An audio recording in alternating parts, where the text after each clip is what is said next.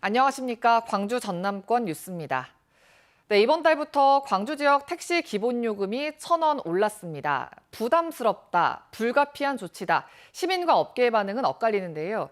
요금이 오른 이후에 승객이 눈에 띄게 줄었다는 게 현장의 목소리입니다. 김호 기자의 보도입니다.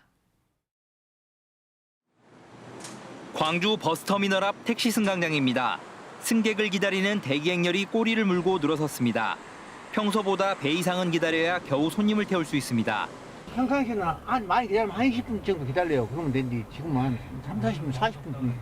7월 1일자로 1,000원 오르면서 4,300원이 된 광주 택시 기본 요금. 거리당 요금과 시간당 요금은 그대로지만 부담스럽다는 시민들의 반응 속에 이용객이 눈에 띄게 줄었습니다. 갑자기 이렇게 1,000원 단위가 뛰어버리니까 조금 부담스러운 것 같아요. 좀 힘들어도 대중교통을 타야 되지 않을까라는 생각을. 달라진 점이 없는데 왜 1,000원이 오르는지 잘 이해가 안 되고요. 더 친절하게 해주셨으면 좋겠어요. 광주 택시 요금이 오른 건 4년 6개월 만으로 광주시는 다른 대도시와 비교할 때 비싼 건 아니라고 설명했습니다. 가령 대전의 경우 기본 요금은 광주와 같지만 기본료로 이동할 수 있는 거리가 1.8km로 광주보다 짧고 이후 붙는 거리 요금도 131m당 100원으로 대전이 더 높다는 겁니다. 택시업계도 그동안 오른 운송비를 고려할 때 요금 인상은 불가피했다는 반응입니다. 연료비하고 차량 구입비, 그리고 차량 구입비가 올라가면 또 수리비도 상대적으로 또 올라가거든요. 그런 점에서 운전자들이 강가 비용에서 많이 부담을 갖죠. 한편 광주의 모범 대형 택시 기본 요금은 기존 3,900원에서 5,100원으로 1,200원 인상됐습니다. KBS 뉴스 김호입니다. 장흥군이 개인 주택 마당에 수천만 원을 들여서 정자 쉼터를 지어줬습니다. 주택 부지 안에 향토 문화재가 있어서 쉼터를 조성했다는 건데요. 무슨 사연인지 유승용 기자가 취재했습니다. 장흥군의 한 마을에 세워진 정자 쉼터입니다. 장흥군 예산 2,300만 원이 들어갔습니다. 그런데 위치가 개인 주택 앞 마당입니다. 군청이 땅 주인으로부터 토지 사용 승낙을 받은 뒤 문화재 관리 예산을 들여 직접 정자를 세웠습니다. 집 마당에 장흥군 자체 지정 향토 문화재인 승탑이 있다는 이유에서입니다. 그런데 주택 부지 경계로 울타리가 있고 주택의 작은 쪽문을 통해서만 출입할 수 있습니다. 필요가 없죠. 위치도 그렇고 있는 정자도 노인들이 사람이 숫자가 적어서 이용하는 사람도 많지가 않은데. 장흥군은 애초 비서실과 건설과 등에서 해당 부지의 마을 사업으로 정자 건립을 검토했지만 부지가 공유지가 아닌 데다 다른 주민들의 동의를 얻지 못했습니다. 장흥군은 이후 지난 3월 24일 향토문화유산 심의위원회를 열고 전통문화재 관리 예산을 들여 쉼터를 조성하는 계획을 승인했습니다. 방문객들이 많다고 하니까 저희들이 그놈에 맞춰서 휴게시설 자체를 설치함이 옳다고 판단해서 저희들이 정자를 설치하게 된 겁니다. 집주인은 취재 이후 정자에서 개인 집기를 모두 치웠습니다. 그러면서 땅을 무상으로 대여해 마을 정자를 건립하려 했는데 다른 주민들의 반대로 문화재 사업으로 변경된 것이라며 문화재 쉼터도 주민들에게 개방돼 있다고 설명했습니다. KBS 뉴스 유승용입니다. 광주시가 도심의 외곽 팽창 우려 등으로 반대해온 산정지구 택지 개발 사업을 국토부가 다시 추진하기로 해 마찰이 예상됩니다.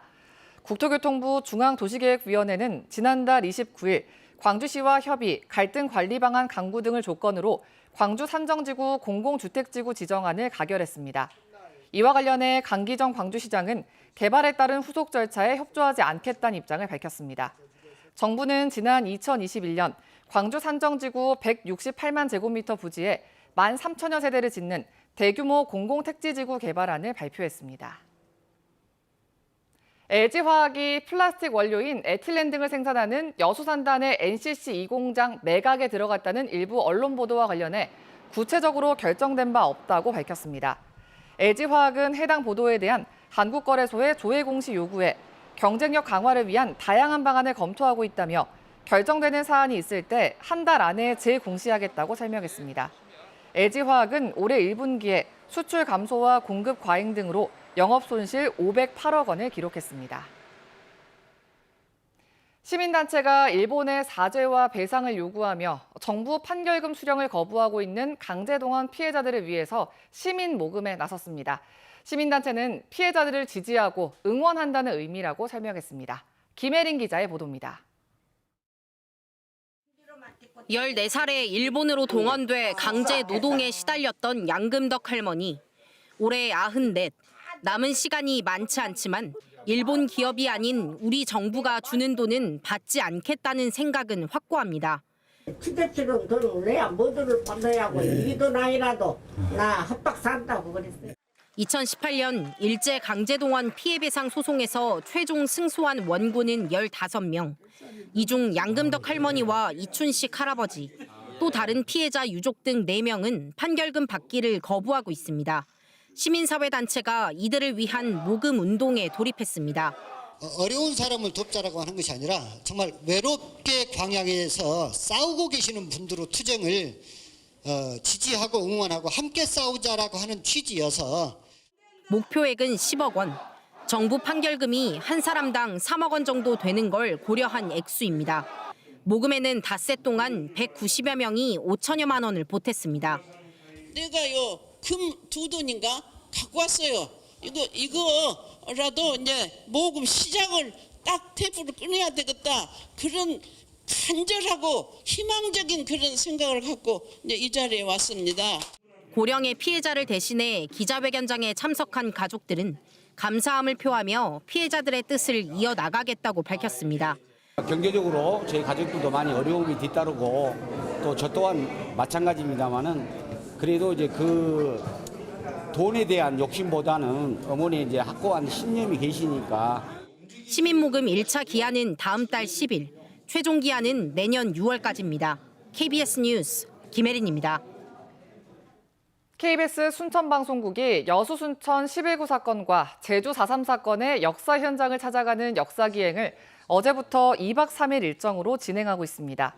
광주와 전남 지역 대학생 40여 명이 참여하는 이번 역사기행은 여순 사건과 4.3 관련 전문가 특강과 여수, 순천, 제주 지역 현장 탐방으로 이루어집니다.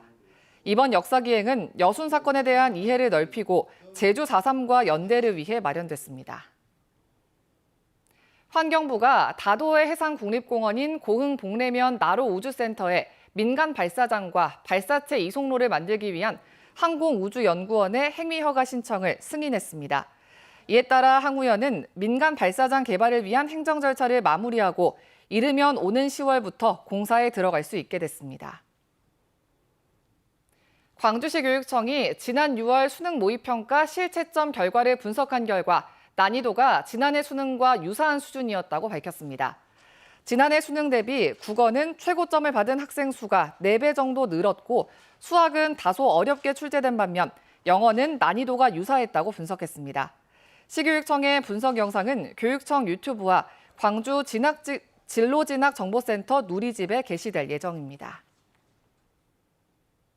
지난달 광주시의회를 통과한 대한교육기관 지원 조례안과 관련해 긴급 간담회가 열립니다.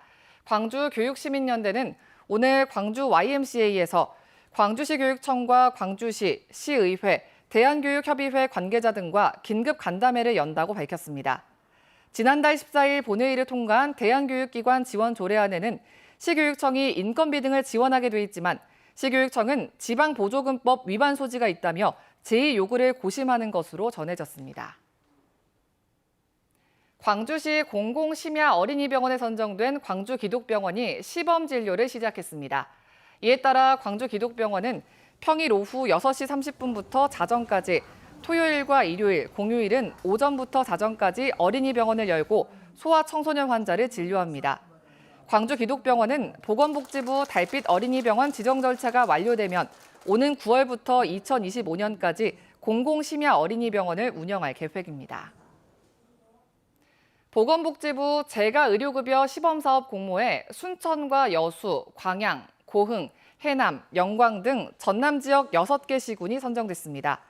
재가의료급여 시범사업은 장기 입원 필요성은 낮지만 한 달 이상 입원 중인 의료급여 수급자를 대상으로 퇴원 후 집에서 의료와 돌봄 서비스 등을 지원하는 사업입니다. 대상자로 선정되면 최대 2년 동안 월 60만 원 상당의 필수 급여와 주거 개선 등 선택 급여 서비스를 지원받을 수 있습니다.